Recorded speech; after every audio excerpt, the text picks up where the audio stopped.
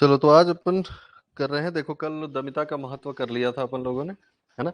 और उद्यमिता के महत्व के बाद जो हमारा अगला टॉपिक है, देखो जो पहला टॉपिक है इसका सब टॉपिक एक्चुअल में अगर हम इधर देखें तो हमारा देखो उद्यमिता की अवधारणा और महत्व ये टॉपिक हो गया है।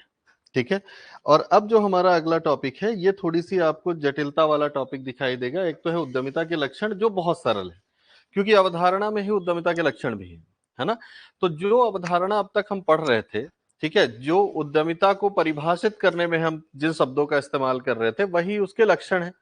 अब उद्यमशीलता या उद्यमिता के लक्षण क्या होंगे कि एक व्यक्ति जोखिम लेने में सक्षम होगा, यानी उद्यमिता के अंदर जोखिम लेने की क्षमता विद्यमान होती है, वो उसकी विशेषता भी है।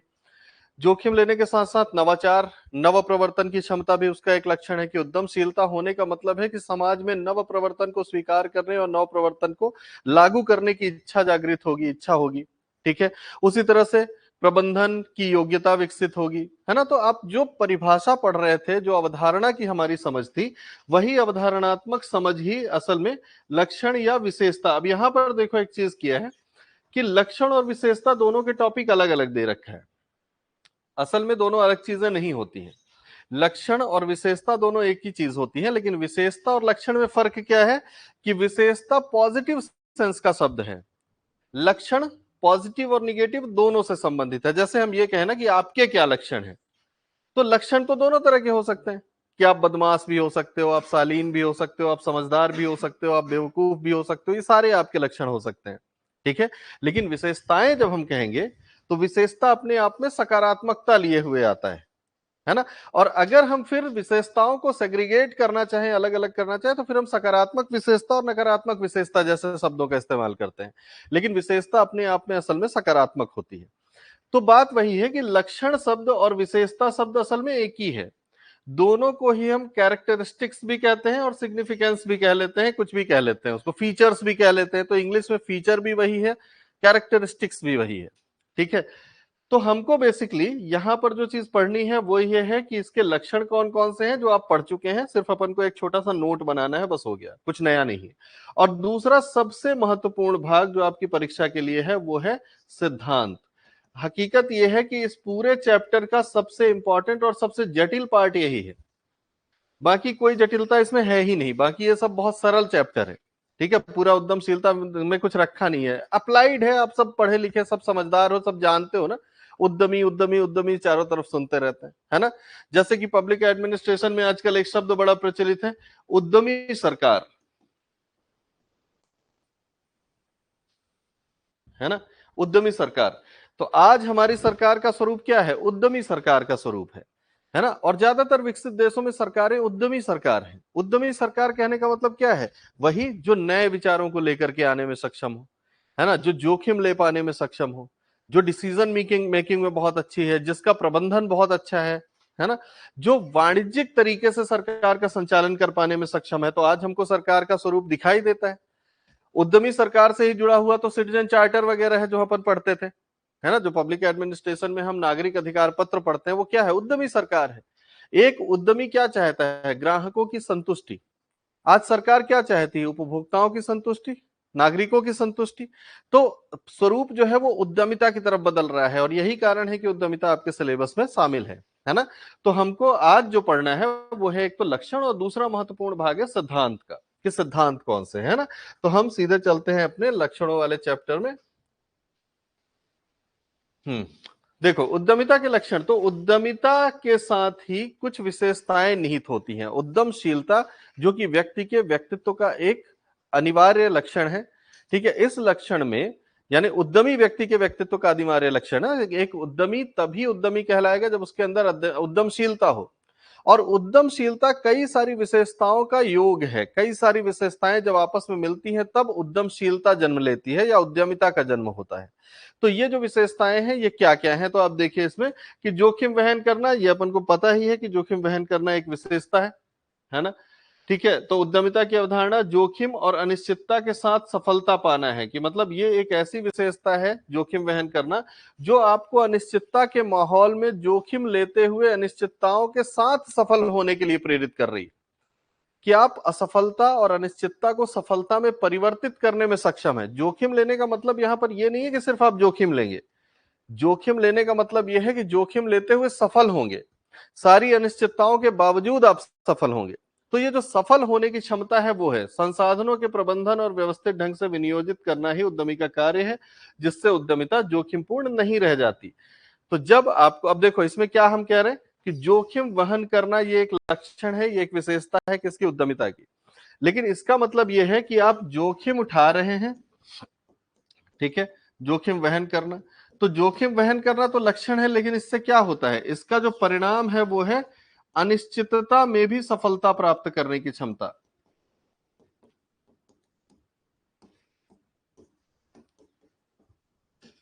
और यह सफलता क्यों प्राप्त होती है, क्योंकि एक उद्यमी व्यक्ति में प्रबंधन और संसाधनों के व्यवस्थित उपयोग की क्षमता होती है, जिसके कारण असफलता होती ही नहीं है। क्योंकि जब आपको, देखो सिंपल है ना, जोखिम उठाने के लिए तो आप वैसे भी युद्ध में कूद जाओगे, ठीक, लेकिन फिर तो आप असफल होंगे। तो जोखिम उठाना ये अपने आप में एक अलग से शब्द नहीं है। जब हम जोखिम उठाने की बात करते हैं, जोखिम वहन करने की बात करते हैं, तो जोखिम उठाने की क्षमता इसके अंदर अंतर्निहित है। आप जोखिम ले लें ये समझदारी नहीं है, आप जोखिम तब लें जब आपको ये जोखिम की हैंडलिंग आती है, हैंडल करना आता है, ठीक है। तो आपको अगर हैंडल करना आता है तो फिर अनिश्चितताओं से आपको कोई फर्क ही नहीं पड़ता, आप तो सफल होंगे ना, है ना। तो ये वही चीज कह रहा है कि उद्यमिता की जो उद्यमिता जो है वो जोखिम पूर्ण है, जोखिम उठाने की क्षमता है, लेकिन अगर आपके अंदर संसाधनों के प्रबंधन की क्षमता है तो उद्यमिता का जोखिम वाला प्रभाव जो है वो समाप्त हो जाता है, जोखिम रह ही नहीं जाता, ठीक है। आप जोखिम ले रहे हैं लेकिन जोखिम रह नहीं जाएगा। इसलिए नहीं रह जाएगा क्योंकि आप परिस्थितियों को नियंत्रित करना जानते हैं, है ना। तो आप देखते हैं ना कि कुछ उद्यमी ऐसे होते हैं जो जोखिम उठाते हैं और बहुत रिलैक्स रहते हैं, उनको पता है कि मुझे सफल ही होना है, जबकि माहौल अनिश्चितता का है। कुछ उद्यमी वहां पे कंफ्यूज रहते हैं, कुछ जोखिम उठाते ही नहीं है, वो उद्यमी है ही नहीं। जो जोखिम उठा रहे हैं वो उद्यमी है, लेकिन जो सही अर्थों में उद्यमी है उसको जोखिम को हैंडल करना भी आता है। और जब वो जोखिम को हैंडल करना जान जाता है तो जोखिम रह ही नहीं जाता, क्योंकि फिर रिस्क ही नहीं है ना। देखिए सिंपल है कि परीक्षा तो हर कोई देगा, ठीक है, तो परीक्षा देना जोखिम लेना है, परीक्षा में जाके बैठ जाना जोखिम लेना है, वहां पर असफल होने के चांसेस हैं, अनिश्चितताएं हैं क्योंकि कंपटीशन बहुत ज्यादा है। सेम वही चीज बाजार में भी है कि आपने उद्योग शुरू कर दिया, उद्यम लगा लिया, अनिश्चितताएं भरी पड़ी हैं, बाजार का आपको कुछ नहीं मालूम कल क्या होगा, सरकार की नीतियों का कुछ नहीं मालूम कब बदल जाएंगे, ठीक है, अंतरराष्ट्रीय स्थितियां कब परिवर्तित हो जाएंगी आपको नहीं मालूम, तो सब कुछ अनिश्चित है। लेकिन आप जोखिम ले रहे हो और दूसरे लोग भी जोखिम ले रहे हैं। अगर आप इस कार्य में निपुण हैं कि जोखिम को कैसे नियंत्रित किया जाता है और कैसे उसकी हैंडलिंग की जाती है, तो आपके कार्य में जोखिम है ही नहीं। जोखिम लिया है लेकिन जोखिम है नहीं, क्योंकि आपको तो सफल ही होना है, कि कितनी भी अनिश्चितता आ जाए आपको हैंडलिंग आती है, आप संसाधन जितने भी उपलब्ध रहेंगे उसी से सफल हो जाओगे, है ना। कि वो है ना कि आप एक व्यक्ति होगा जो शिकायत करेगा मेरे पास अच्छी पुस्तकें नहीं है, मेरे पास इंटरनेट कनेक्शन नहीं है, मेरे पास लैपटॉप नहीं है। एक व्यक्ति होगा जो बाजार से पुरानी धुरानी सी किताबें खरीद के ला रहा है और पढ़ करके पास हो जा रहा है, उसको हैंडलिंग आ रही है, परिस्थितियों को नियंत्रित करना आ रहा है, ठीक है। तो ये वही चीज कह रहा है कि जोखिम वहन करना इसकी विशेषता है, लेकिन जोखिम वहन करने का अर्थ सिर्फ जोखिम का सामना करना नहीं है, जोखिम में कूद पड़ना नहीं है, बल्कि जोखिम वहन करना तब सही अर्थों में सही कहलाएगा, उचित कहलाएगा, जब एक उद्यमी में प्रबंधन की क्षमता हो, संसाधनों के इस्तेमाल की क्षमता हो, और जब उसके अंदर ये क्षमता होगी तो जोखिम रह ही नहीं जाएगा, उद्यमिता में जोखिम होगा ही नहीं, उद्यमिता जो है वो जोखिम पूर्ण रह ही नहीं जाएगी, सकारात्मक परिणाम ही प्राप्त होगा उसका, ठीक है ना। तो ये इस तरह से इसको आप कह सकते हो। दूसरा लक्षण जो है वो है नव प्रवर्तन, ये भी आप जानते ही, है ना, सरल सा है। नव प्रवर्तन का भी मतलब क्या है, नए विचार, नई तकनीक की समझ और उसके प्रयोग की क्षमता विकसित करना, है ना। तो क्या आप नए विचारों को स्वीकार कर पा रहे हैं। देखो नया विचार हमेशा आपका हो ये जरूरी नहीं है, लेकिन नए विचारों का कैसे प्रयोग किया जा सकता है ये जरूर आपका हो सकता है ना। नई खोज नहीं कर रहे हो आप, अपन ने देखा ही था कि आविष्कार अलग चीज है और नवाचार अलग चीज है। आविष्कार जब कोई विचार या वस्तु पहली बार उत्पन्न करता है कोई, ठीक है, तो हम उसको कहते हैं कि ये तो आविष्कार है। लेकिन उसी आविष्कार को नए नए तरीकों से इस्तेमाल करने का तरीका ढूंढना या नए नए तरीकों से इस्तेमाल करने का विचार जो आता है वो नवाचार है ना। तो नवाचार अलग चीज हो जाती है। तो हम अब उद्यमिता का दूसरा लक्षण क्या है? नवप्रवर्तन। कि उद्यमिता से एक व्यक्ति में नए विचार और नई तकनीक की समझ भी डेवलप होती है और उसको प्रयोग करने की क्षमता भी डेवलप होती है। ऐसा नहीं है कि सिर्फ आप विचार डेवलप कर लिए। तो विचार, विचारों की समझ और उसका प्रयोग, ये तीनों ही चीजें इसमें शामिल होती हैं, है ना। तीसरा लक्षण अगर हम देखें तो ये क्या है? रचनात्मक क्रिया। उद्यमी व्यक्ति में क्या होती है? क्रिएटिविटी। उद्यमी व्यक्ति में क्रिएटिविटी होती है। और क्रिएटिविटी का मतलब क्या है? कि वो कुछ नया बना पाता है। नए विचार सृजित करना तो है ही इसमें शामिल, क्योंकि क्रिएटिविटी दो तरह की है ना, एक वैचारिक क्रिएटिविटी, वैचारिक रचनात्मकता, और एक भौतिक रचनात्मकता। भौतिक रचनात्मकता वो है कि आप कैसे किसी नई वस्तु का सृजन करते हैं। जैसे एक पेंटर जो है वो भौतिक रूप से रचनात्मक है, लेकिन हर भौतिक रचनात्मकता के पीछे वैचारिक रचनात्मकता है कि जब उसके दिमाग में कोई फ्रेम बनेगा तब तो उसको वो कागज में या कैनवास पे उतारेगा। तो वैसे ही एक उद्यमी व्यक्ति में या किसी व्यक्ति में उद्यमशीलता होने से उसके अंदर रचनात्मकता आती है। और ये रचनात्मकता क्या है? वैचारिक भी है और भौतिक भी है। पहले इसका पहला चरण वैचारिक रचनात्मकता है कि बाजार में किसी नई प्रक्रिया, किसी नई व्यापार प्रक्रिया को आप जन्म दे रहे हैं, उसका एक विचार आएगा। फिर आप सोचेंगे इस विचार को इंप्लीमेंट कैसे किया जाए। तब आप इस बारे में सोचना शुरू करेंगे कि इसका भौतिक स्वरूप क्या होगा, किस तरह की मैं ऑफिस बनाऊं, किस तरह का इंटरनेट का यूज करूं, किस तरह की वेबसाइट बनाऊं। हर चीज के पहले पीछे एक विचार है ना। तो ये रचनात्मकता का मतलब ही है क्रिएटिविटी, नई रचना करने का जो टेंडेंसी है ना, वो लक्षण। तो उद्यमी को नए नए विचारों को क्रियान्वित करने के लिए प्रेरित करता है। नए नए विचार आ रहे हैं, वो नवाचार से आ रहे हैं। रचनात्मकता उसको प्रेरित कर रही है कि इसको इंप्लीमेंट करो, इसके लिए सिस्टम डिजाइन करो, है ना। जैसे जब किसी ने पहली बार शॉपिंग मॉल्स के बारे में सोचा होगा, तो पहले तो ये एक विचार था कि क्यों ना मैं एक बड़ी सी बिल्डिंग में सारे प्रकार के उत्पाद ला करके रख दूं। लेकिन फिर इसको क्रियान्वित भी तो करना है। तो क्रियान्वित करने के लिए उसके माइंड में क्रिएटिविटी आएगी ना। क्रिएटिव तरीके से सोचेगा ना कि बिल्डिंग किस तरह की होनी चाहिए, है ना। सामान किस प्रकार से जमाना चाहिए, कैसे उसको रखा जाए कि ग्राहक जो है वो ऑटोमेटिकली हर प्रकार के सामान तक पहुंच जाए, है ना। तो वो क्या करते हैं कि सर्वाधिक जरूरी सामान सबसे पीछे रखते हैं, है ना। शॉपिंग मॉल्स में देखोगे कि सीढ़ी चढ़ने का एस्केलेटर एक तरफ होता है, तो उतरने वाला दूसरी साइड होता है। ठीक है, मतलब यहीं से नहीं कि बगल से आप उतर भी जाओ, एक तरफ से चढ़ने का होगा तो दूसरी वाली इस कोने में जाकर के उतरने का होगा। ठीक है, तो ये इसलिए है कि आपको अगर वहां तक जाने तो घूम करके पूरा मार्केट देख के जाओ। तो ये क्रिएटिविटी है ना, कि आप कैसे विचार को इंप्लीमेंट कर रहे हो। और जाहिर सी बात है ये किसी उद्यमी का विचार है। जब कोई व्यक्ति एमबीए कर रहा होता है तो असल में वो उद्यमिता ही तो सीख रहा होता है ना, प्रबंधन और उद्यमिता ही सीख रहा होता है। तो वही चीज है कि यहाँ पे क्रिएटिविटी आएगी और उससे क्या होगा? कार्य की गुणवत्ता बढ़ती है, व्यावसायिक विकास होता है ना। कि जैसे अब शॉपिंग मॉल में कार्य की गुणवत्ता क्या है? बेहतर तरीके के प्रोडक्ट्स को बहुत स्मूथ तरीके से ग्राहकों तक पहुंचाना। इतनी अच्छी व्यवस्था डेवलप की गई है कि ना ग्राहक को किसी प्रकार की तकलीफ है। अभी शॉपिंग मॉल्स में व्यक्ति क्यों जा रहा है? कि उसका इंटरटेनमेंट भी हो रहा है, ठीक है। उसका वो जो एक व्यावसायिक पर्यटन है वो भी हो रहा है कि वो घूम फिर करके कई सारी वस्तुओं को देख भी पा रहा है। तो उसका मनोरंजन भी हो रहा है और दुकानदार की बिक्री भी हो रही है।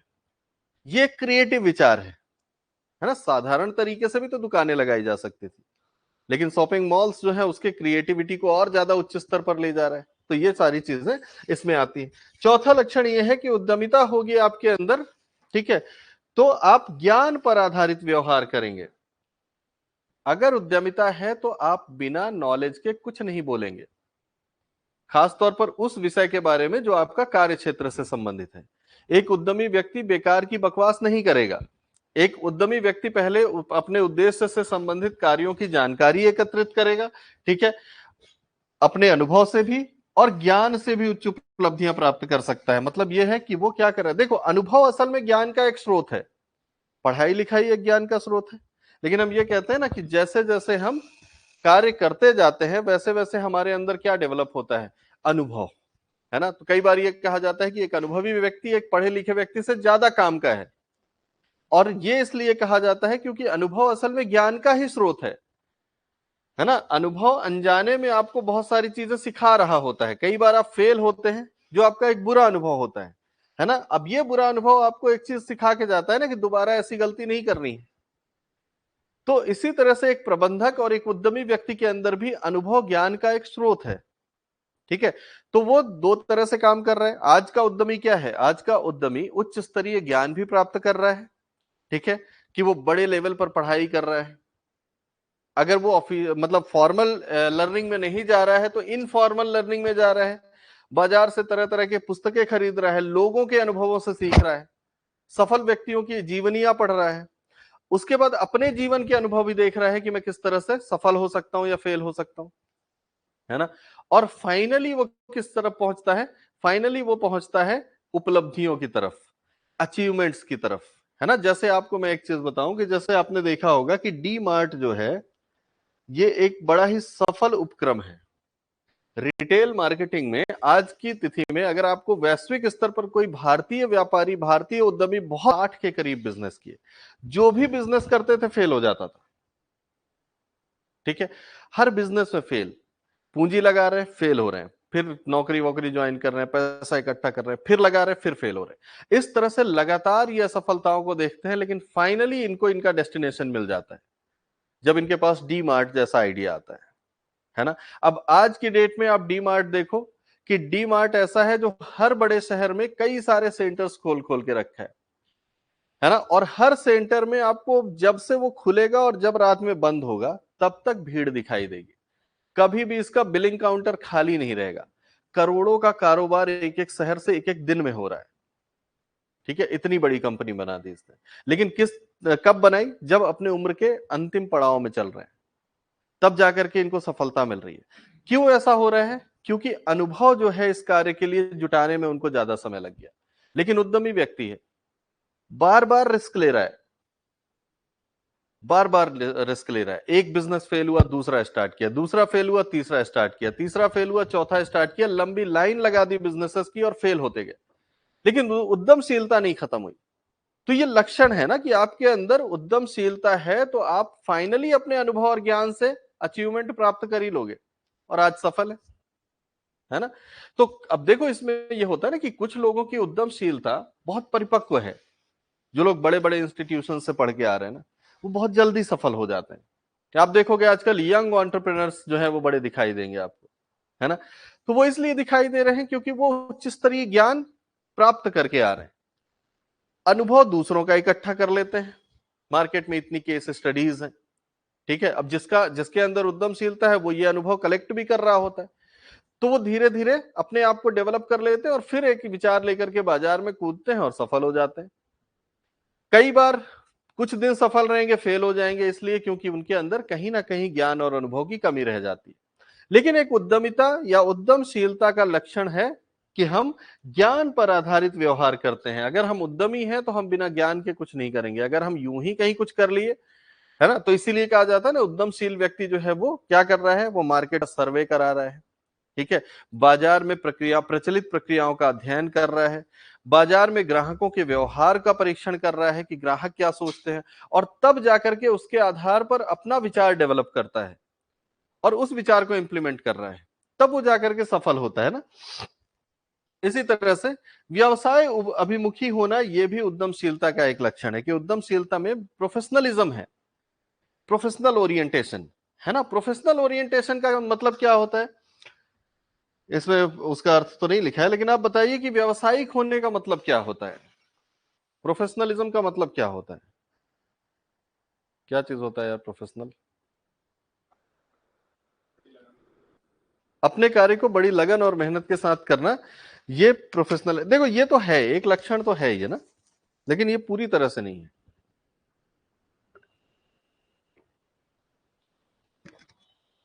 देखो अपने कार्यों को जब हम व्यावसायिक तरीके से करते हैं तो असल में हम समयबद्ध तरीके से परिणाम उन्मुख कार्य कर रहे होते हैं, व्यर्थ कार्य नहीं कर रहे होते हैं। हमको एग्जैक्टली पता होता है कि ये हमारा टारगेट है और इतना समय है हमारे पास, और इस कार्य को करने के लिए हमको इन इन संसाधनों की आवश्यकता है, मतलब बिल्कुल क्लैरिटी होती है। ठीक है, तो हम सबसे पहले अपनी व्यवस्था बनाते हैं, उसके बाद हम उस कार्य में लग जाते हैं पूरी तरह से समर्पित होकर के, लगन और मेहनत के साथ जिसको कहा जाता है। तो पूर्ण समर्पण के साथ अपने लक्ष्य को समयबद्ध तरीके से प्राप्त करने का व्यवहार जो है, यही प्रोफेशनलिज्म है। ठीक है, तो एक व्यावसायिक व्यक्ति जो है ना, उसमें हमेशा समयबद्ध तरीके से लक्ष्य को हासिल करने की प्रकृति होती है। यहां पर हम सीधे ये लिख रहे हैं कि उद्यमिता में व्यवसाय की प्रवृत्ति नहीं है। मतलब एक व्यक्ति अगर उद्यमी है तो वो अपने टारगेट्स जानता है, अपने लक्ष्य जानता है, उन लक्ष्यों को कब पूरा करना है ये जानता है। ठीक है, अपने लिए एक टाइम फ्रेम डिसाइड करता है, ये भी तय करता है कि इसके लिए संसाधन कौन कौन से आवश्यक है और उन संसाधनों को जुटाता है और फिर कार्य में लग जाता है। ठीक है, तो वो सफलता प्राप्त करता है ना। यह उद्यमी को नए उद्योग प्रारंभ करने की प्रेरणा देता है, क्योंकि आप बिल्कुल क्लियर रहते हो तो आप नया नया उद्योग प्रारंभ करने के लिए प्रेरित हो रहे हो। जैसे धारीवाल प्रेरित हो रहे थे, डीमार्ट तक पहुंच गए, है ना। तो ये प्रोफेशनलिज्म एक, मतलब ये कहा जा सकता है कि उद्यमशीलता अपने आप में एक व्यावसायिकता का लक्षण है या व्यावसायिक प्रवृत्ति है, कि आप व्यवसायी हैं तो आपके अंदर उद्यमशीलता होगी ही। ठीक है, अगर व्यावसायिक लक्षण है तो। ठीक है, या ये कहे कि आपके अंदर उद्यमशीलता है तो व्यावसायिक लक्षण होंगे ही। तो जैसे आप देखो ना कि कई डॉक्टर्स होते हैं, कई इंजीनियर्स होते हैं, ठीक है, कई होते हैं जो नौकरियां करते रहते हैं, लेकिन कई ऐसे होते हैं जो नौकरियों में तो अच्छा कर ही रहे हैं, ठीक है, और फिर अपना बिजनेस स्टार्ट करते हैं, उसमें बहुत ज्यादा अच्छा करने लगते हैं। ठीक है, तो जैसे लॉयर्स हैं, अब वकील तो हर कोई है ना, लेकिन हर कोई के पास फर्म तो नहीं है अपनी। चार्टर्ड अकाउंटेंट हर कोई है, लेकिन हर किसी की अपनी सीए की फर्म नहीं है।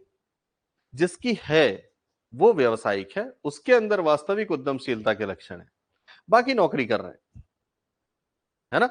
एक होता है ना कि एक तो आपकी इस तरह की प्रवृत्ति होगी कि कोई आपको बताए कि क्या करना है, और एक व्यक्ति में ऐसी प्रवृत्ति होती है कि उसको पता है कि उसको क्या करना है। ठीक है, तो दो तरह की चीजें हैं, एक सेल्फ कंट्रोल्ड है और एक कंट्रोल्ड बाय अदर्स है। परफॉर्म दोनों अच्छा करते हैं, है ना, कि एक इंजीनियर नौकरी करते हुए भी अच्छा परफॉर्म कर सकता है अगर कोई उसको बताने वाला हो कि देखो तुमको अब ये करना है, अब ये करना है, अब ये करना है, और वो उसके अंदर वो इंजीनियरिंग वाला प्रोफेशनलिज्म है कि जो कहोगे मैं कर दूंगा। लेकिन उद्यमिता नहीं है। उद्यमिता तब है जब उसके अंदर खुद के विचार है ना, और खुद का विचार ही तो जोखिम क्रिएट कर रहा है ना। कोई और कह रहा है तो जोखिम नहीं है। आप इस चीज को समझना कि देखो, नौकरी के दौरान अगर हम इस बात का इंतजार करें कि कोई ऊपर से हमको आकर के कह दे कि ये कार्य कर लो, इसका मतलब है कि हमारे अंदर उद्यमशीलता नहीं है, क्योंकि हम अकाउंटेबल नहीं होना चाहते खुद के लिए। हम फेल होने की जिम्मेदारी किसी और को देना चाहते हैं कि तुमने कहा था इसलिए किया है मैंने, है ना। तो जो फॉलो करते हैं ऑर्डर्स को, वो उद्यमी नहीं होते। उद्यमी वो व्यक्ति है जिसमें खुद का विचार है, खुद की प्रेरणा है, खुद का प्रोफेशनलिज्म है। वो खुद डिसीजन ले रहा है, उसको पता है कि डिसीजन मुझे कितने समय में पूरा करना है।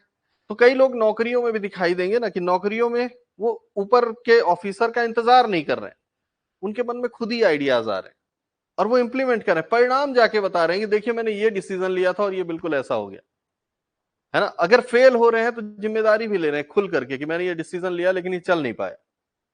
तो ये उद्यमशीलता के लक्षण है ना। तो हम असल में उद्यमशीलता के लक्षण और व्यवहार की बात कर रहे हैं। दूसरी चीज ये अंतिम ये है कि उद्यमशीलता सिद्धांतों पर आधारित है। ठीक है, मतलब ये कि एक व्यक्ति में अगर उद्यमशीलता है तो उद्यमशीलता ज्ञान पर तो आधारित थी ही, उद्यमशीलता बिना सिद्धांतों के कार्य नहीं करती है। और यहीं से हम पहुंचेंगे उस चैप्टर में जहां पे हम उद्यमशीलता के सिद्धांत पढ़ रहे होंगे कि सिद्धांत है कौन कौन से। ठीक है, तो यहां हमको जानना है कि उद्यमिता निश्चित सिद्धांतों पर आधारित है। इसके लिए अर्थशास्त्र, कानून, समाजशास्त्र और सांख्यिकी का ज्ञान आवश्यक है, तब जाकर के आपके अंदर उद्यमशीलता डेवलप होगी। वरना वो उद्यमशीलता सिर्फ जोखिम लेने तक ही सीमित रह जाएगी, नव प्रवर्तन को लागू करने की क्षमता आपके अंदर नहीं आएगी आज के माहौल में। ठीक है, पहले की बात अलग थी, पहले इतना टेक्निकल नहीं था ना। तो पहले उद्यमशीलता तो यही थी कि जोखिम, जैसे अपन स्टार्टिंग क्लास में क्या पढ़े थे कि उद्यमशीलता की पारंपरिक अवधारणा कहती है कि उद्यमशीलता का अर्थ है जोखिम वहन करना। या जोखिम वहन करने की क्षमता। लेकिन आज हम क्या कहते हैं? आज हम कहते हैं कि उद्यमशीलता का अर्थ क्या है? जोखिम वहन करने के साथ साथ नव प्रवर्तन को लागू करने की क्षमता। और जब हम नव प्रवर्तन को लागू करना है, यहां पे समझिए कि सिर्फ नया विचार लाना नहीं है, उसको लागू करना। लागू करने के लिए आपको स्किल्स चाहिए, और स्किल्स हमेशा किसी सिद्धांत पर कार्य करती हैं। तो उद्यमशीलता इस प्रकार से सिद्धांतों पर आधारित होती है, बिना सिद्धांत के नहीं चलती है ना। तो ये बहुत सरल सा है, इसमें आपको कुछ विशेष नहीं करना है, ये सारे पॉइंट्स ही आपको लिख करके आ जाना है। प्रश्न में टॉपिक सीधा है, उद्यमशीलता के लक्षण, आपको सीधे सीधे लक्षण पॉइंट आउट करके बता देने हैं, कोई बहुत ज्यादा डिफिकल्ट नहीं है। लेकिन हाँ, ये चैप्टर अब धीरे धीरे डिफिकल्टी के लेवल पे जाएगा ना, कि अब धीरे धीरे आपको थोड़ी सी इसमें जटिलता मिलनी शुरू हो जाएगी। अभी तक ये बहुत इजी था, ठीक, क्योंकि अब धीरे धीरे वो टेक्निकल में जाएगा। जैसे नेक्स्ट चैप्टर प्रिंसिपल्स का है, principles and theories of entrepreneurship, उसमें आप थ्योरी पढ़ोगे, है ना, तो वहां दिक्कत हो सकती है। तो खैर इसको तो लिखे लें, है ना।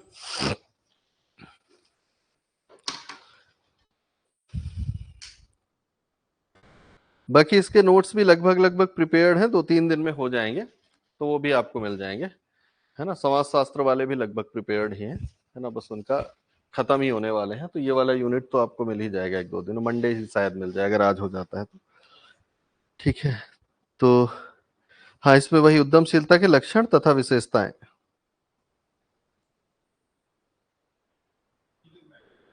नहीं, इसको थोड़ी सरल शब्दों में लिखेंगे, ये तो किताबी भाषा हो जाएगी ना बहुत ज्यादा। बाकी प्रिंटेड में आपको ऐसे ही मिलेगा, है ना। प्रिंटेड में तो बुकिश ही मिलेगी ना, वो तो बुक ही होती है, ये नहीं मिलेगा एग्जैक्टली, थोड़ा सा अलग है ना। चलिए, बाकी लक्षण के पॉइंट से ही है, सेम है ना। तो लिखिएगा पहले इसमें, डायरेक्ट ही लिखिए, पहला जोखिम वहन करना। हाँ, हेडिंग है जोखिम वहन करना।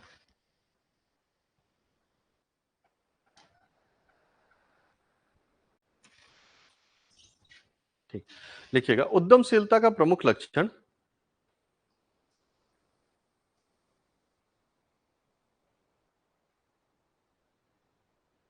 उद्यमशीलता का प्रमुख लक्षण जोखिम उठाने की क्षमता है।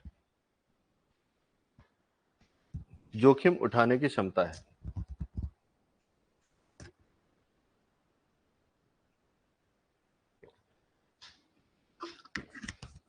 एक उद्यमी व्यक्ति,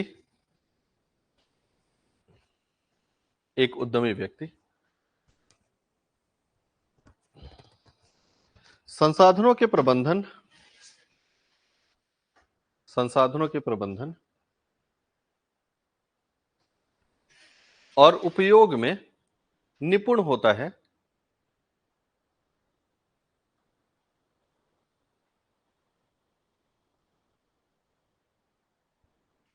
निपुण होता है, जिससे जिससे अनिश्चितता के बावजूद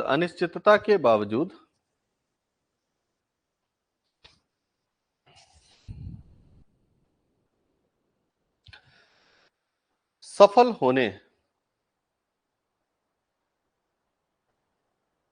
सफल होने की प्रवृत्ति विकसित कर लेता है। अनिश्चितता के बावजूद सफल होने की प्रवृत्ति विकसित कर लेता है।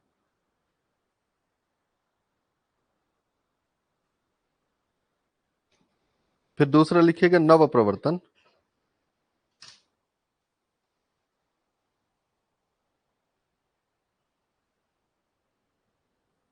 इसमें लिखना नवाचार एवं नव प्रवर्तन। नवाचार एवं नव प्रवर्तन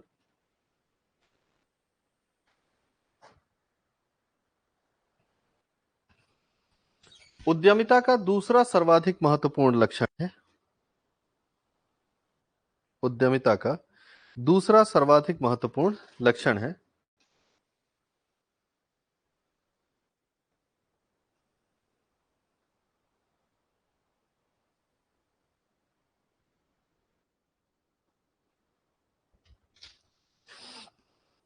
दूसरा सर्वाधिक महत्वपूर्ण लक्षण है। इससे इससे उद्यमी व्यक्ति में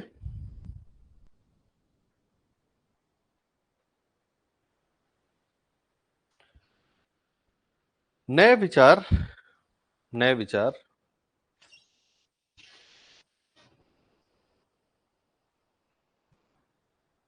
कॉमा नए विचारों की स्वीकार्यता, नए विचार, नए विचारों की स्वीकार्यता और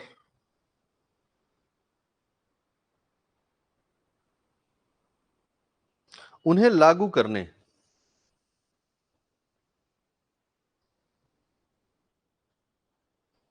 की क्षमता विकसित होती है।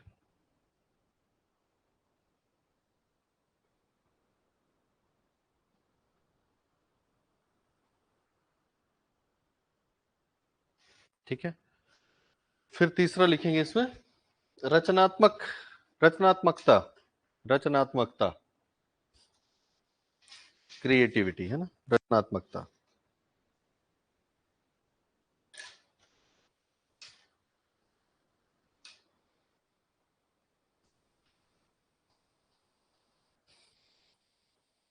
ठीक है, इसमें लिखिएगा उद्यमशीलता से, उद्यमशीलता से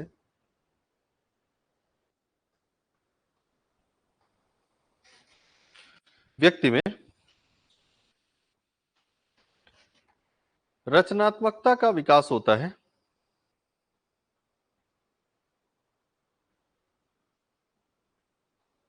रचनात्मकता का विकास होता है। यह यह विशेषता, यह विशेषता कार्यों को बेहतर तरीके से करने, कार्यों को बेहतर तरीके से करने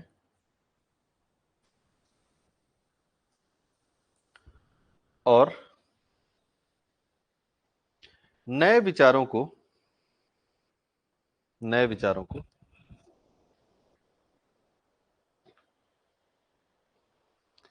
वास्तविकता में परिवर्तित करने, वास्तविकता में परिवर्तित करने की क्षमता से संबंधित है।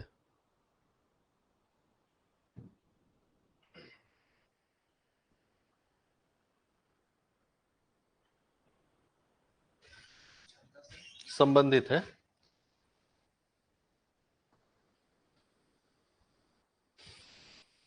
ठीक है, फिर नेक्स्ट लिखेंगे ज्ञान आधारित व्यवहार, ज्ञान आधारित व्यवहार।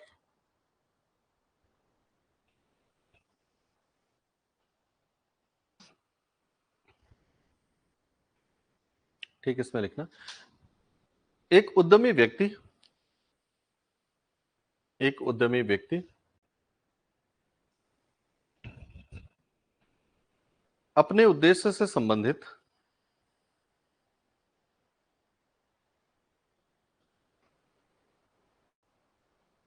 उद्देश्य से संबंधित सभी जानकारियां एकत्रित करता है,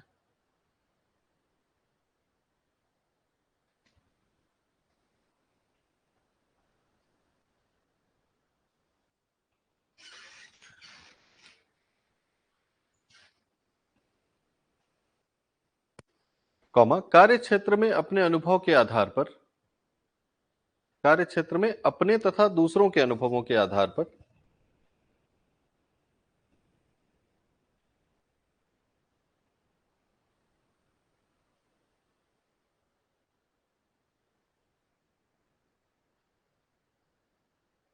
निर्णय लेता है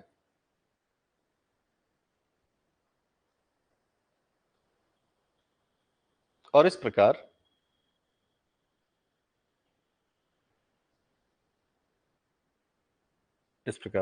नई उपलब्धियां अर्जित करता है।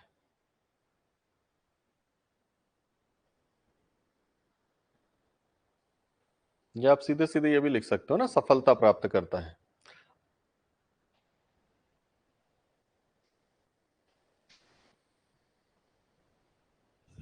ठीक है, फिर नेक्स्ट है व्यवसाय अभिमुखीकरण, व्यवसाय अभिमुखीकरण।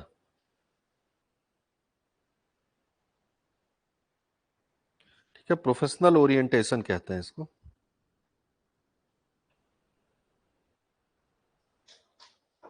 ठीक है, इसमें लिखना उद्यमशीलता से, उद्यमशीलता से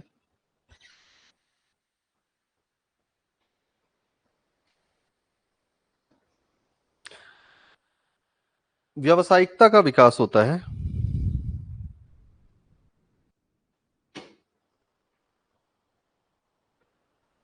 जो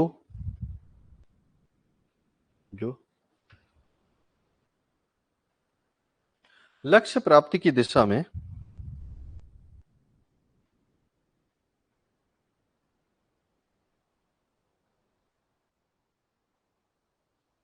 अधिक व्यावसायिक तरीके से या अधिक व्यावसायिक रूप से, अधिक व्यावसायिक तरीके से लिखना, अधिक व्यावसायिक तरीके से कार्य करने, कार्य करने को प्रेरित करता है।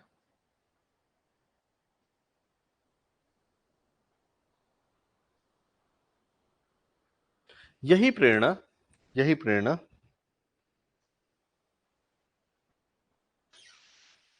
एक उद्यमी को, एक उद्यमी को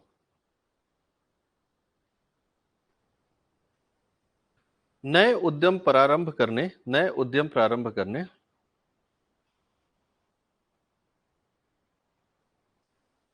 की प्रेरणा देती है।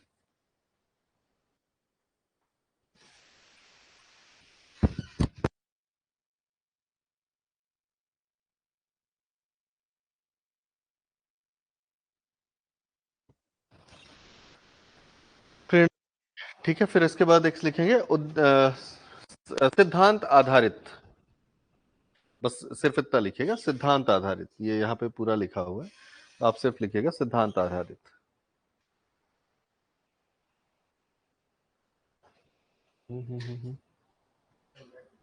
अच्छा अच्छा, ये तो बंद नहीं होगी।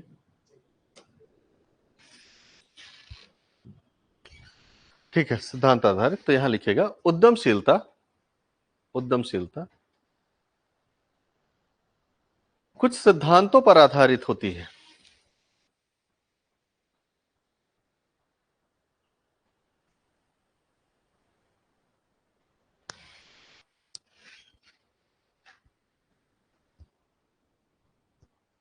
वर्तमान में, उसी में आगे, वर्तमान में, वर्तमान में यह केवल, वर्तमान में यह केवल जोखिम लेने, जोखिम लेने और नवाचार तक सीमित नहीं है। वर्तमान में यह केवल, चल रहा है, जोखिम लेने और नवाचार तक सीमित नहीं है,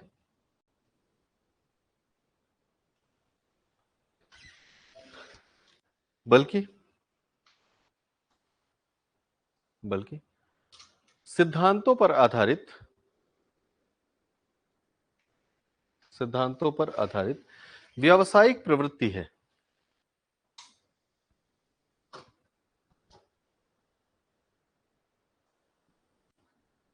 व्यावसायिक प्रवृत्ति है, बस ठीक, इसको बंद कर दीजिए।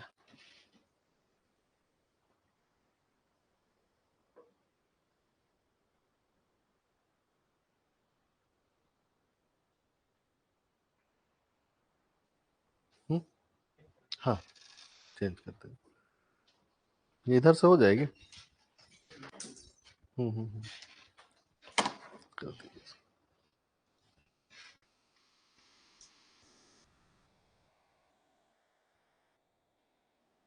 ठीक है। चलिए, तो आज अब जो अपन शुरू करेंगे वो है सिद्धांतों वाला पक्ष ना। तो ये तो हो गया लक्षण क्या क्या है ना। तो यहां तक देखो अपन कोई नई बात कर ही नहीं रहे थे, यहां तक अपन वही बात कर रहे थे जो पहले दिन से शुरू किए थे, जो अभी तक वही चल रहा था, है ना। तो यहां तक तो कोई मुश्किल नहीं है, सिर्फ शब्दावली का मुश्किल है, तो उसको आप 2-3 बार पढ़ोगे सब आ जाएगा। दूसरी चीज हमेशा ध्यान रखिए कि चैप्टर्स को तैयार करने में ना, नया विषय जब तैयार करें तो सिनॉप्सिस जरूर बना लीजिए, है ना। और सिनॉप्सिस का मतलब क्या होता है कि जैसे अपन ने सिनॉप्सिस स्टार्ट किया ना, तो हम ने लिखा उद्यमिता, ठीक है। तो यहां पर अपन इसकी परिभाषा लिख लें, छोटी सी एक परिभाषा। सिनॉप्सिस में अपन को सब कुछ नहीं लिखना है। सिनॉप्सिस बनाते टाइम ये ध्यान रखिए कि आप किसी और के लिए नहीं बना रहे हैं, ये अपने लिए है। तो बहुत खूबसूरती पे ध्यान ना दें कि बहुत अच्छा बनना चाहिए, बहुत सिस्टमैटिक। आप कचरा जैसे बना लो वो भी चलेगा, ठीक है। तो उद्यमिता की एक छोटी सी परिभाषा लिख लीजिए, फिर उसके बाद आप उद्यमिता के लक्षण लिख लीजिए। ठीक है, जो भी टॉपिक्स अपने फ्लो में जा रहे हैं उनको आप उसी फ्लो में लिख लीजिए। तो क्या करेंगे, सिर्फ हेडिंग हेडिंग, बस, डिस्कशन कुछ भी नहीं, डिटेल्स आपके दिमाग में चलनी चाहिए। ठीक है। दूसरी चीज, याद भी नहीं करना है कुछ। याद इसलिए नहीं करना है क्योंकि यहाँ पे एक आपको स्वतंत्रता इस बात की मिल जाती है क्योंकि ये विषय पूरी तरह से अंग्रेजी के हैं। ठीक है, तो हिंदी में इनका कोई कंटेंट अवेलेबल होता ही नहीं है, जो है वो ट्रांसलेटेड है, और ट्रांसलेटेड की भाषा बहुत ही थर्ड क्लास होती है। ठीक है, तो इस वजह से बेहतर यह है कि आप इसके विचारों को खुद डेवलप करें कि आपको किसी भी टॉपिक पे क्या लिखना है।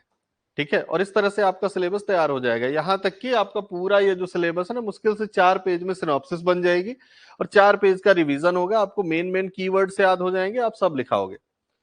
कीवर्ड्स भूलेगा तो दिक्कत होगी, है ना। तो जैसे अभी अपन लक्षण कर रहे थे, अब लक्षण में आपको मुख्य कीवर्ड याद रखना है, बस हो गया, जो मेन मेन हेडिंग है, बाकी सब आप अपने से लिख के आ जाइए, कोई समस्या नहीं।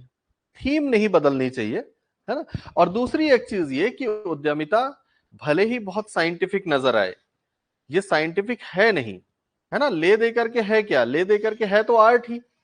ठीक है, तो आप जब बिजनेस मैनेजमेंट पढ़ रहे हो तो बिजनेस मैनेजमेंट जो है वो मानवीय व्यवहार से ही संबंधित है, और मानवीय व्यवहार में निश्चितता नहीं है ना।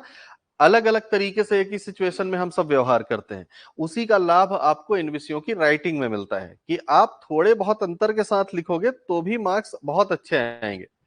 हेडिंग्स नहीं गड़बड़ानी चाहिए, फ्लो नहीं गड़बड़ाना चाहिए, बस 2-3 चीजों का आप ध्यान रखें तो इस पेपर में कुछ खास है नहीं, है ना। बस थोड़े सा नया सब्जेक्ट है तो आपको थोड़ी समस्या शब्दों में ही दिखेगी।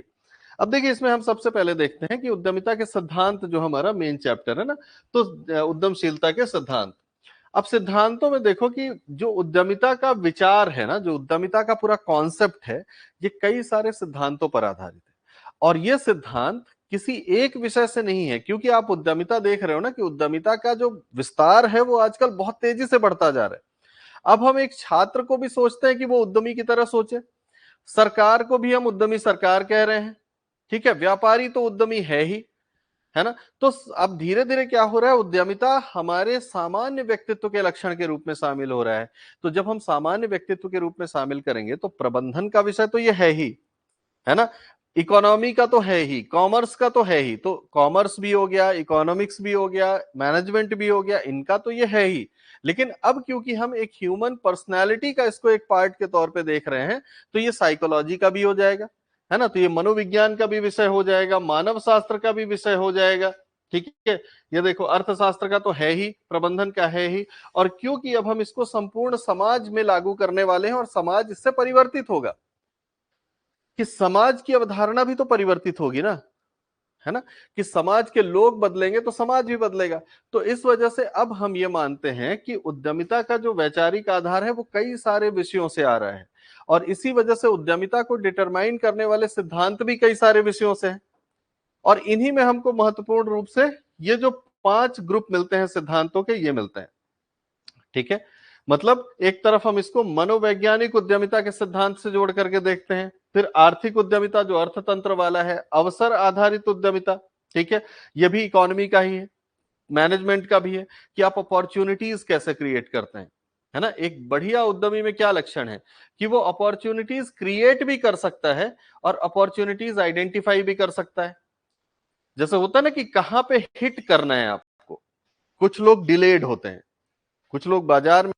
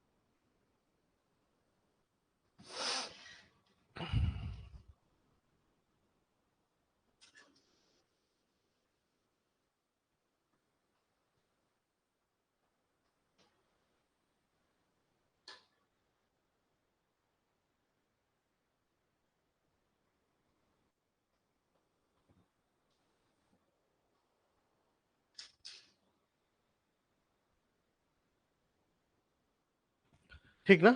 ओके, अब इसमें पहला हेडिंग लिखिएगा मनोवैज्ञानिक उद्यमिता का सिद्धांत, और इसमें अपन आगे बढ़ेंगे, है ना? हाँ, सब लिखना था। इंट्रोडक्शन कैसे लिखोगे फिर, है ना? तो ये पूरा लिखना था, है ना? और फिर इसके बाद वन बाय वन अपन शुरू करेंगे।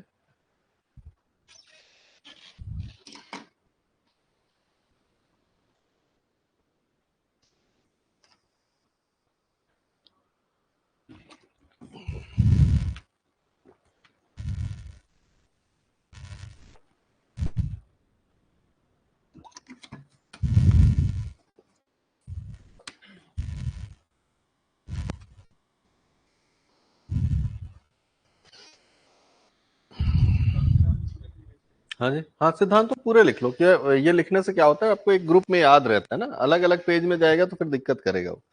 तो एक बार तो पूरे ही लिख लो, फिर वन बाय वन करेंगे अपन।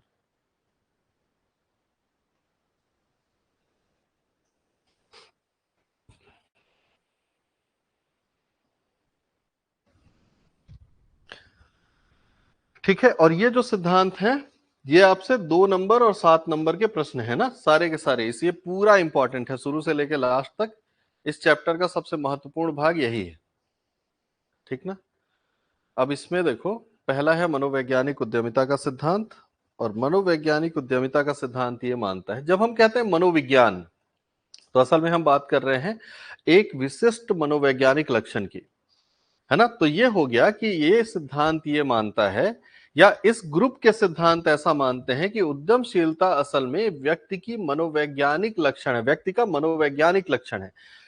मनोविज्ञान कहने का मतलब है कि आपका जो वैचारिक स्तर है वो एक निश्चित दिशा में जा रहा है। जैसे हम ये कहें ना कि आपकी साइकोलॉजी कैसी है, ठीक है, ह्यूमन साइकोलॉजी ही ऐसी होती है, ऐसे कह देते हैं। या वो व्यक्ति का जो मनोवैज्ञानिक स्तर है वो थोड़ा नीचा है, ऊंचा है, इस तरह की बात करते हैं। वो साइकोलॉजिकली ही इस तरह का है। हम जब कहते हैं कि एक व्यक्ति का मनोविज्ञान इस तरह का है, तो हम ये बोलने का प्रयास कर रहे हैं कि उसका हर विचार और उसका हर व्यवहार एक निश्चित विचार, एक निश्चित मनोविज्ञान से प्रभावित है। उसका जो मनोवैज्ञानिक स्तर है वो एक दिशा में जा रहा है।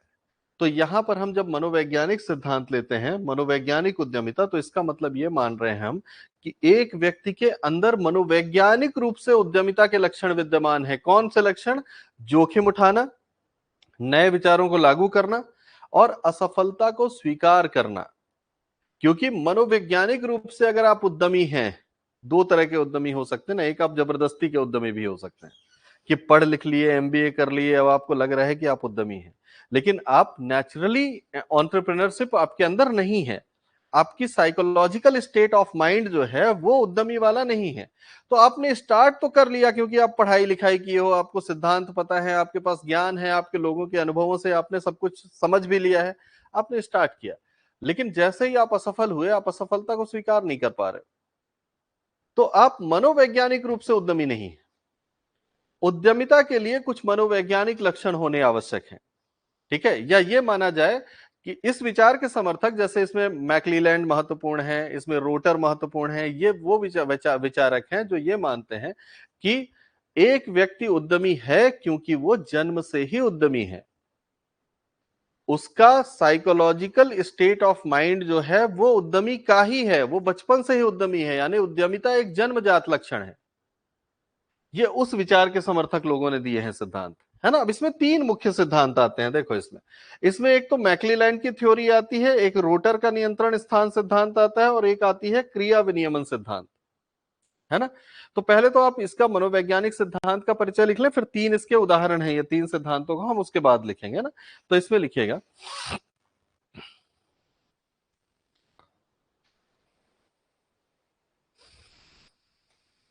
इस मनोवैज्ञानिक उद्यमिता के सिद्धांत के अनुसार, या इसके अनुसार कुछ भी लिख लें, मनोवैज्ञानिक उद्यमिता के सिद्धांत के अनुसार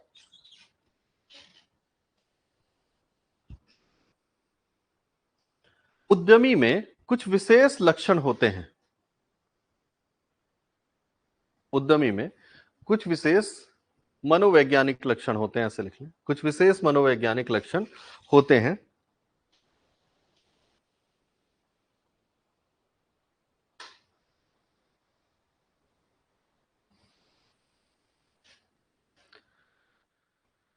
ठीक है, जो उसे जोखिम लेने कॉमा नवाचार को लागू करने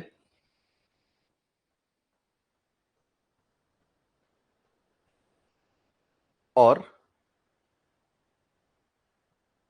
प्रारंभिक विफलताओं को स्वीकार करने और प्रारंभिक विफलताओं को स्वीकार करने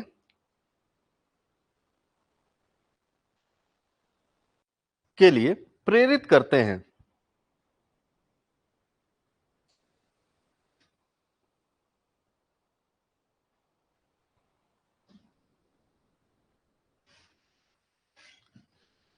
प्रेरित करते हैं। ऐसे लोग मनोवैज्ञानिक रूप से ही ऐसे लोग मनोवैज्ञानिक रूप से ही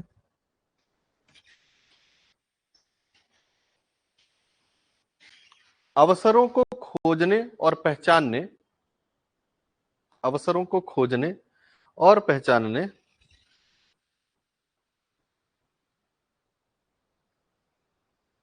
की क्षमता रखते हैं।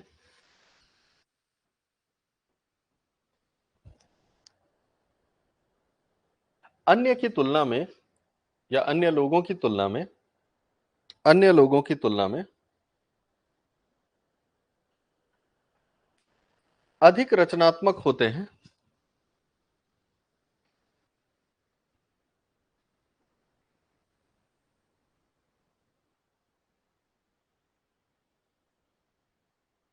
और प्रबंध कौशल सीखने के लिए सदैव तत्पर रहते हैं।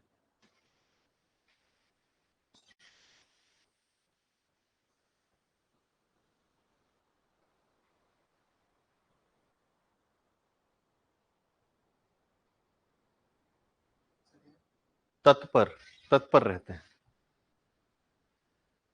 पैराग्राफ चेंज कीजिएगा, लिखिएगा मनोवैज्ञानिक सिद्धांत के समर्थक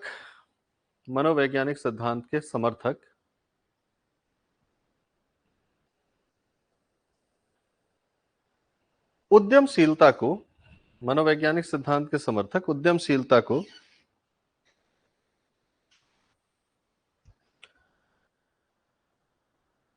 जन्मजात लक्षण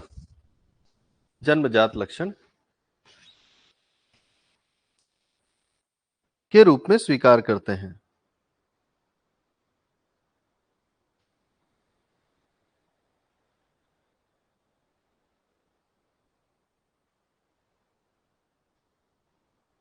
ठीक ना? ओके। अब इसमें देखो कौन कौन से मनोवैज्ञानिक लक्षण आपके अंदर होते हैं, उसको लेकर के हमारे तीन सिद्धांत बनते हैं। तीन विचारक तीन तरह से इसकी व्याख्या कर रहे हैं। बहुत सारे विचारक कर गए हैं, तीन अपने लिए इंपॉर्टेंट है ना? तो इसमें मैक्लीलैंड जो है ये सबसे इंपॉर्टेंट इसलिए है क्योंकि हमने इनकी परिभाषा भी पढ़ी हुई है। ठीक है, तो मैक्लीलैंड की परिभाषा अगर आपको पहले ही दिन आपने पढ़ा था, अगर वो आपको याद हो तो इन्होंने क्या कहा था कि ये उपलब्धियों की प्रेरणा है। वो इस तरह से परिभाषित कर रहे थे ना कि ये क्या है, उद्यमिता जो है वो असल में उपलब्धियों की प्रेरणा है। एक व्यक्ति लगातार उपलब्धियों से प्रेरित रहता है। ठीक है ना? तो यहां पर वो उसी को क्लियर कर रहे हैं थोड़ी और। ये जो मैक्लीलैंड सिद्धांत है ये मानता है कि एक व्यक्ति अपने जीवन में, एक उद्यमी व्यक्ति जो है वो अपने जीवन में तीन प्रकार की प्रेरणाओं से प्रभावित होता है। तीन चीजें हैं जो उसको मनोवैज्ञानिक स्तर पर प्रभावित कर रही होती हैं, जिसके कारण वो उद्यमी बनता है। ठीक है, तो ये तीन चीजें क्या है, तीन मनोवैज्ञानिक प्रेरक कौन से हैं उसके लिए? ये है, एक तो है कि एफिलेशन यानी संबद्धता की आवश्यकता।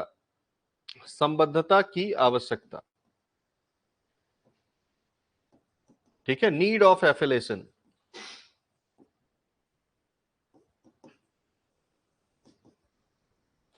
दूसरी होती है शक्ति की आवश्यकता या शक्ति की इच्छा। ठीक है, इसको कहते हैं अपन नीड ऑफ पावर। ठीक है, और तीसरा होता है उपलब्धियों की इच्छा।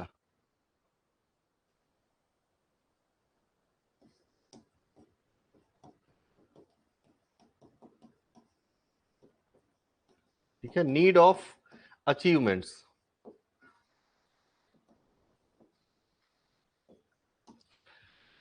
तो मैक्लीलैंड कह रहे हैं कि 3 प्रकार की मनोवैज्ञानिक प्रेरणाएं हैं जो एक उद्यमी में विद्यमान होती हैं। एक उद्यमी उद्यमी इसलिए है क्योंकि वो मनोवैज्ञानिक रूप से एफिलिएशन चाहता है। एफिलिएशन का मतलब है जुड़ाव चाहता है। किससे जुड़ाव चाहता है? जुड़ाव चाहता है वो समाज में अपनी पहचान के आधार पर कि लोग उसको जाने। जुड़ाव चाहता है वो रिकॉग्निशन के आधार पर कि लोग उसको पहचाने और उसके महत्व को स्वीकार करें। ठीक है। जुड़ाव चाहता है वो अर्थव्यवस्था में अपने योगदान के आधार पर कि मैं अर्थव्यवस्था में योगदान करके उससे जुड़ जाऊं। ठीक है। तो ये एफिलेशन है। ठीक ना। तो वो एक कार्य से खुद को जोड़ करके दिखाना चाहता है जो कार्य उसकी दृष्टि में बहुत महत्वपूर्ण है। क्योंकि उद्यमी व्यक्ति तो नवाचार लेके आया है और वो नया विचार उसके लिए बहुत रिस्पेक्टफुल है, आदरणीय है। तो इस वजह से वो उससे जुड़ा हुआ है। तो ये जुड़ाव की आवश्यकता है कि वो समाज से, परिवार से, देश से, अर्थव्यवस्था से जुड़ जाना चाहता है। तो एक तो उसके अंदर मनोवैज्ञानिक प्रेरणा इस चीज की है कि मैं एक्टिवली पार्टिसिपेट करूं।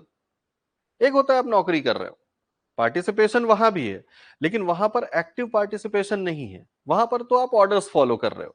एक्टिव पार्टिसिपेशन वो है जहां आप आगे बढ़ करके काम कर रहे हो और पूरी व्यवस्था को आगे ले जाने की जिम्मेदारी उठा रहे हो। ठीक है। दूसरी चीज है शक्ति की इच्छा। वो चाहता है कि मेरे पास पावर्स हो। ठीक है। ये पावर किस दृष्टि से है कि मैं अर्थव्यवस्था में या इस समाज में इस तरह से योगदान करता हूं कि मेरी जो पोजीशन है वो पावरफुल हो रही है, मेरी पहचान महत्वपूर्ण हो रही है। ठीक है। तो हर सफलता अपने साथ शक्ति लेकर के आ रही है ना, कि आप जब सफल होते हैं तो शक्ति आती है।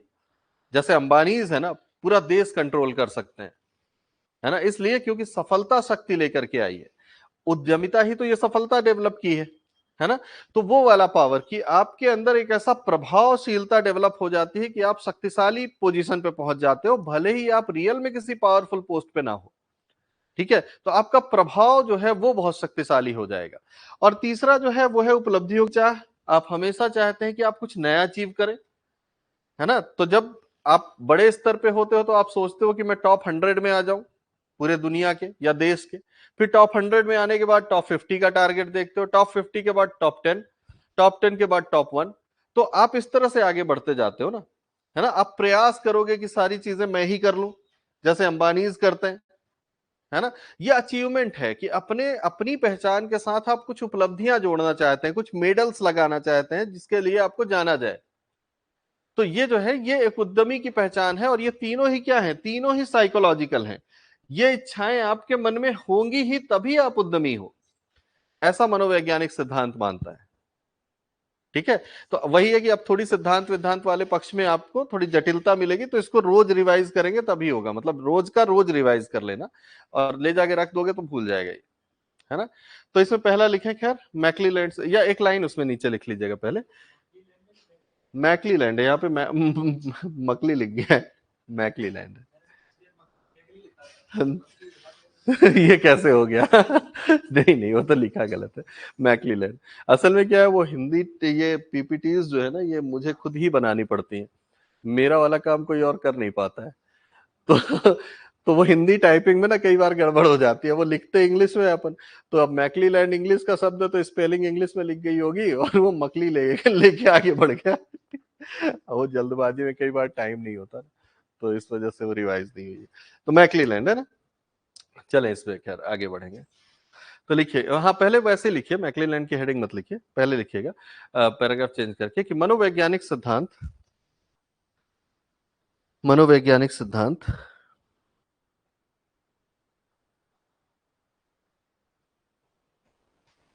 कई विचारकों द्वारा प्रस्तुत किए गए हैं,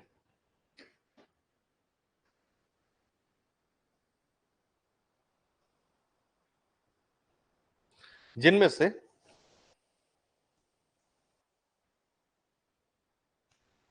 निम्न 3 सिद्धांत सर्वाधिक महत्वपूर्ण है। निम्न 3 सिद्धांत सर्वाधिक महत्वपूर्ण हैं।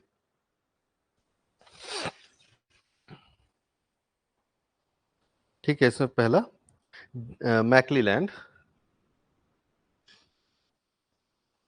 सिद्धांत।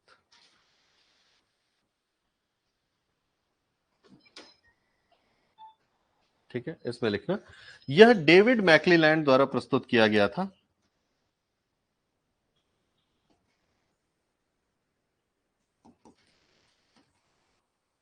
डेविड मैक्लीलैंड द्वारा प्रस्तुत किया गया था। इसके अनुसार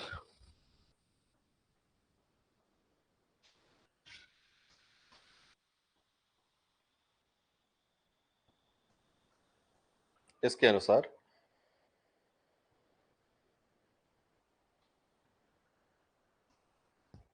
एक उद्यमी व्यक्ति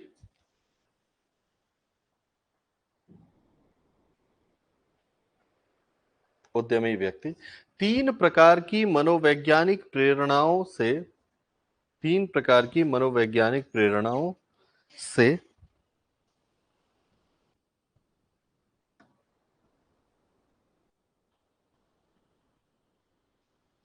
निर्देशित और प्रेरित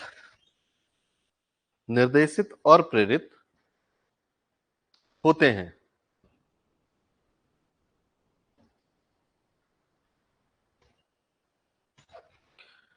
ठीक है, यह है, बस तीनों के नाम ही लिखने हैं आपको। संबद्धता की आवश्यकता, शक्ति की इच्छा और उपलब्धियों की इच्छा। ठीक है, यह है संबद्धता की आवश्यकता, शक्ति की इच्छा और उपलब्धियों की इच्छा।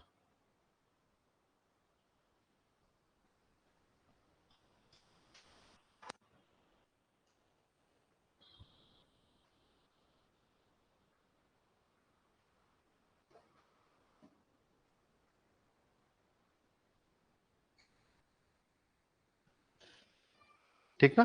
अब दूसरा जो है वो रोटर का नियंत्रण स्थान सिद्धांत है ना। यहाँ पे नियंत्रण स्थान समझना, ये थोड़ी सी समझने वाली चीज है ना, क्योंकि ये इंग्लिश इंग्लिश में बहुत इजी है, हिंदी में थोड़ी मुश्किल। यहां पर हम बात कर रहे हैं सिद्धांत जिसकी, वो है rotors locus locus of control theory. Rotors locus of control theory. Locus, यहां पे लोकस शब्द समझना। लोकस और फोकस ये दो शब्द हैं जो एक साथ आते हैं, मतलब एक साथ ही यूज किए जाते हैं कई अर्थों में, कई जगहों पर। लोकस एंड फोकस का मतलब समझो, लोकस और फोकस। ठीक है, फोकस का मतलब है केंद्र और लोकस का मतलब है उसके चारों तरफ की परिधि, केंद्र से परिधि तक का क्षेत्र। ठीक है, यानी अगर हम एक कमरे में दिया जला दें तो दिया फोकस है और उसका प्रकाश लोकस है। ठीक है, तो ये होता है लोकस एंड फोकस। तो आप समझ रहे हैं ना। यहां पर ये कह रहा है कि लोकस ऑफ कंट्रोल कहां पर है, ये इस बारे में बात कर रहा है। रोटर्स थ्योरी जो है वो ये कह रही है कि कोई भी व्यक्ति दो प्रकार के लोकस ऑफ कंट्रोल से काम करता है। ठीक है, यहां पर लोकस का मतलब है एक विस्तृत क्षेत्र ना, विस्तृत क्षेत्र, केंद्र क्षेत्र नहीं, विस्तृत क्षेत्र। ठीक है, तो लोकस ऑफ कंट्रोल यानी आप कहां से नियंत्रित हो रहे हैं, आपको नियंत्रित करने वाली शक्तियां कहां पर हैं। अब ये दो हैं, एक होती है internal internal locus of control और एक होती है एक्सटर्नल लोकस ऑफ कंट्रोल। ठीक है, आंतरिक नियंत्रण स्थान और बाह्य नियंत्रण स्थान। रोटर कह रहे हैं कि एक उद्यमी व्यक्ति आंतरिक नियंत्रण स्थान से प्रेरित होता है या निर्देशित और नियंत्रित होता है। आंतरिक का मतलब यह है कि एक उद्यमी व्यक्ति के अंदर अपना ही नियंत्रण है, अपना एक विचारशीलता है, अपने सिद्धांत हैं, अपने मूल्य हैं और उन मूल्यों, सिद्धांतों और विचारों से निर्देशित और नियंत्रित होकर के कार्य करता है। जबकि एक नौकरी करने वाला आदमी आउटर स्पेस से कार्य कर रहा होता है, आउटर लोकस ऑफ कंट्रोल से कार्य कर रहा होता है, उसको बाहरी लोग कंट्रोल कर रहे हैं। समझ रहे हो ना। एक का जो लोकस ऑफ कंट्रोल है वो अंदर है, कि वो तय करता है कि मुझे क्या करना है।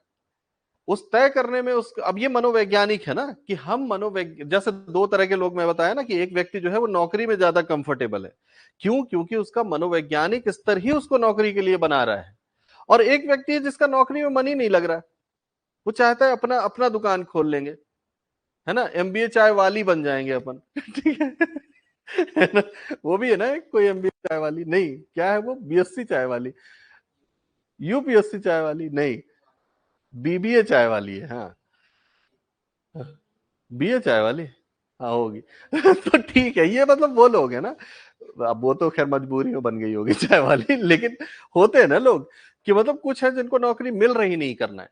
आईआईटीएंस वगैरह होते हैं ना, नौकरी मिलती है नहीं करते, 1-1 करोड़ का पैकेज दे रहे हैं नहीं कर रहे हैं, छोड़ के आ जाते हैं नौकरी, छोटा सा बिजनेस कर लेते हैं, है ना। ज्यादातर आपको जो शार्क टैंक में आते हैं ये वही लोग हैं जिन्होंने बड़ी बड़ी पैकेज की नौकरी छोड़ी हुई है।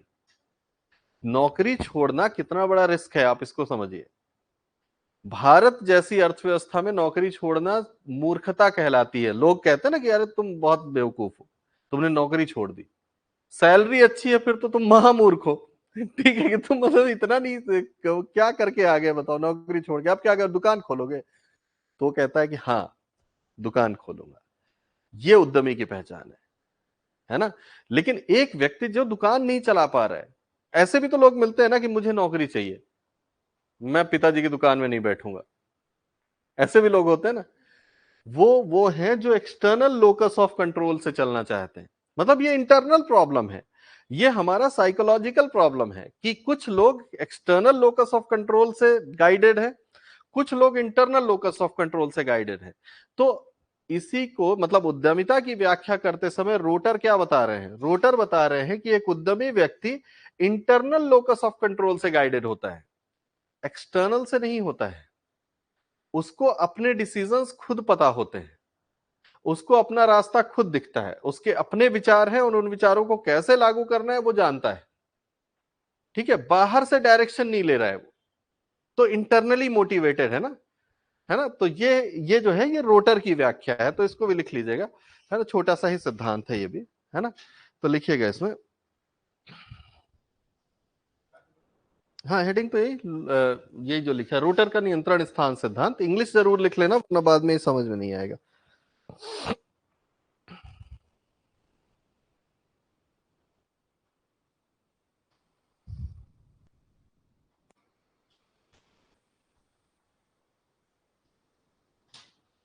ठीक है, तो इंग्लिश में लिखिएगा rotors locus of control theory, locus of control theory.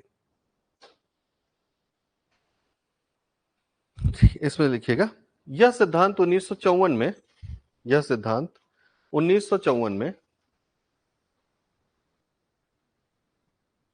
Julian rotor,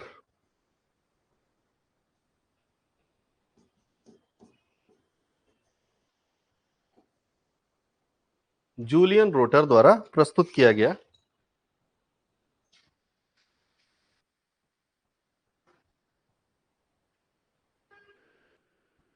इसके अनुसार,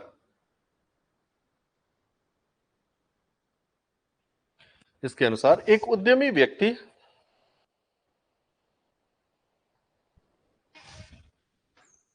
एक उद्यमी व्यक्ति निर्देशन और नियंत्रण के आंतरिक स्थान, नियंत्रण और निर्देशन के आंतरिक स्थान ब्रैकेट में लिख लेना इंटरनल लोकस, आंतरिक स्थान या इंटरनल लोकस,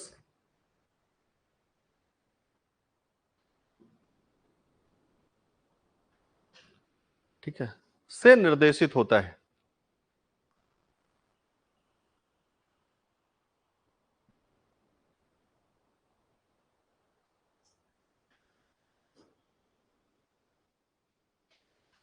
इस प्रकार वह, इस प्रकार वह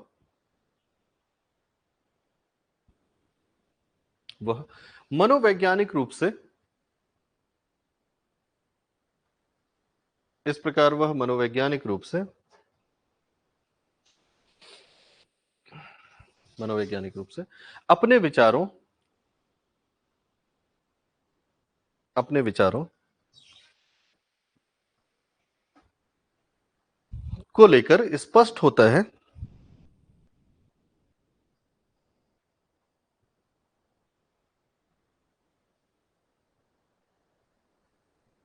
तथा, स्पष्ट होता है तथा उसे लागू करने, उसे लागू करने के लिए हमेशा प्रेरित रहता है।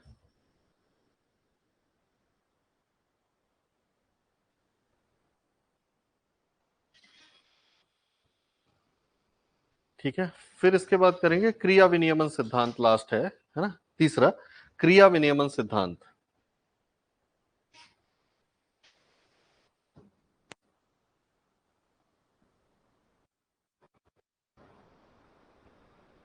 ठीक है, action regulation theory, action regulation theory.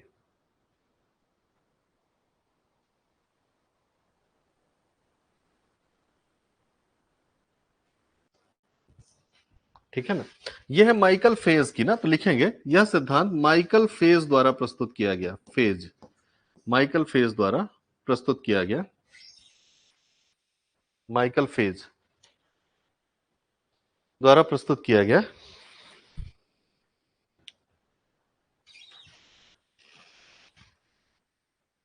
अब देखो ये क्या है, इसको थोड़ी समझ लेना।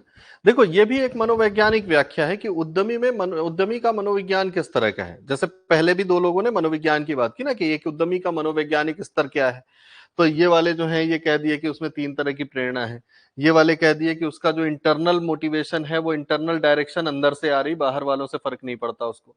ठीक है, और तीसरा लक्षण ये बता रहा है, वो ये कह रहा है कि एक जो ये बैटरी फिर गई है ना, है क्या उसमें कुछ, या खत्म करें?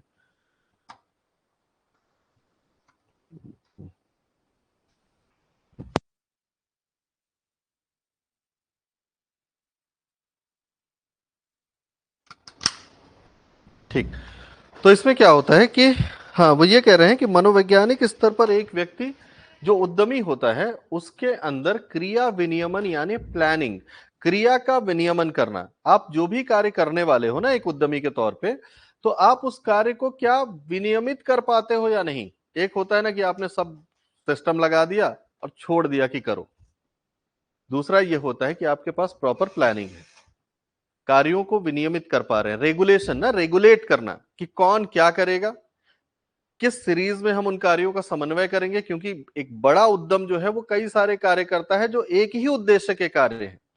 जैसे हमारे यहाँ पे है ना, अब ये छोटी सी चीज है लेकिन इसमें क्या होता है कि एक टीचर को पढ़ाना है, मैनेजर को मैनेज करना है ना, और कंटेंट वाले अपना काम कर रहे हैं, हर किसी का अपना काम है, इनका अपना काम है, लेकिन इनको कोऑर्डिनेट भी तो करना है। अगर हम सिर्फ इनको अपॉइंट कर दें और इनके लिए एक प्लान रेडी ना करें, तो बिना प्लानिंग के ये कार्य कभी सफल नहीं होगा। प्लानिंग अगर लैग करेगी तो कार्य में देरी होगी, डिस्टर्ब होगा। उद्यमी व्यक्ति क्या करने में सक्षम है, उद्यमी व्यक्ति सक्षम है सभी कार्यों को एक नियोजित प्रक्रिया में करने में। उसी को हम क्रिया रेगुलेशन कहते हैं ना, ये वही है बेसिकली, कि जितना भी कार्य हो रहा है उसको आप रेगुलेट कर पा रहे हैं या नहीं। और इसके लिए किस चीज की आवश्यकता है, इसके लिए आवश्यकता है कि व्यक्ति के अंदर कॉग्निटिव एबिलिटी होगी। कॉग्निटिव एबिलिटी यानी वैचारिक सोच समझ की जो क्षमता है वो, कि आप सोचने समझने में सक्षम हो या नहीं हो। ठीक है, तो उसको हम कॉग्निटिव एबिलिटी कहते हैं, जो अपन एथिक्स में पढ़ते थे पहले, है ना, कि कॉग्निटिव पार्ट होता था माइंड का, जो विचारों को एकत्रित करता था, उनको प्रोसेस करता था, निष्कर्ष निकालता था। तो हम इतने सारे कार्य जब करेंगे, एक उद्यमी बहुत बड़ा कार्य कर रहा है ना, तरह तरह की सूचनाएं आ रही, मार्केट ऐसा चल रहा है, प्रोडक्शन इतना हो रहा है ना, कर्मचारी हड़ताल कर रहे हैं, सरकार की नीति बदल गई। ये सारी इंफॉर्मेशन को प्रोसेस करके आपको डिसीजन लेना है ना, करना क्या है। अगर आप इसी में नहीं सक्षम हो तो फिर कैसे कर पाओगे। तो उद्यमी का एक मनोवैज्ञानिक लक्षण है कि उसके अंदर कॉग्निटिव एबिलिटी या संज्ञानात्मक वैचारिक विचारशीलता होनी चाहिए। ठीक है, और उसके आधार पर वो एक प्रॉपर प्लान या नियोजित वर्क जो प्रणाली है वो डेवलप कर पाएगा, और तभी कार्य सफल होगा। है ना, तो इसको भी लिख लेंगे, इसको भी लिखेगा।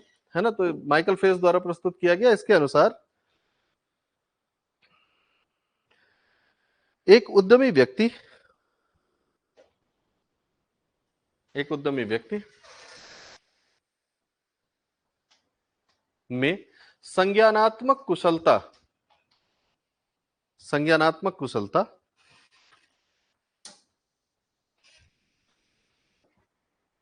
होती है,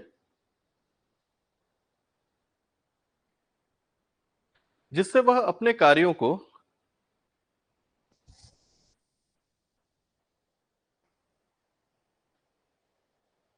अधिक प्रबंधित और योजनाबद्ध, अपने कार्यों को अधिक प्रबंधित और योजनाबद्ध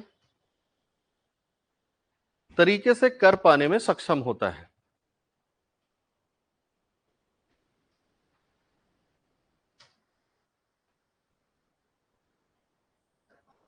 सक्षम होता है।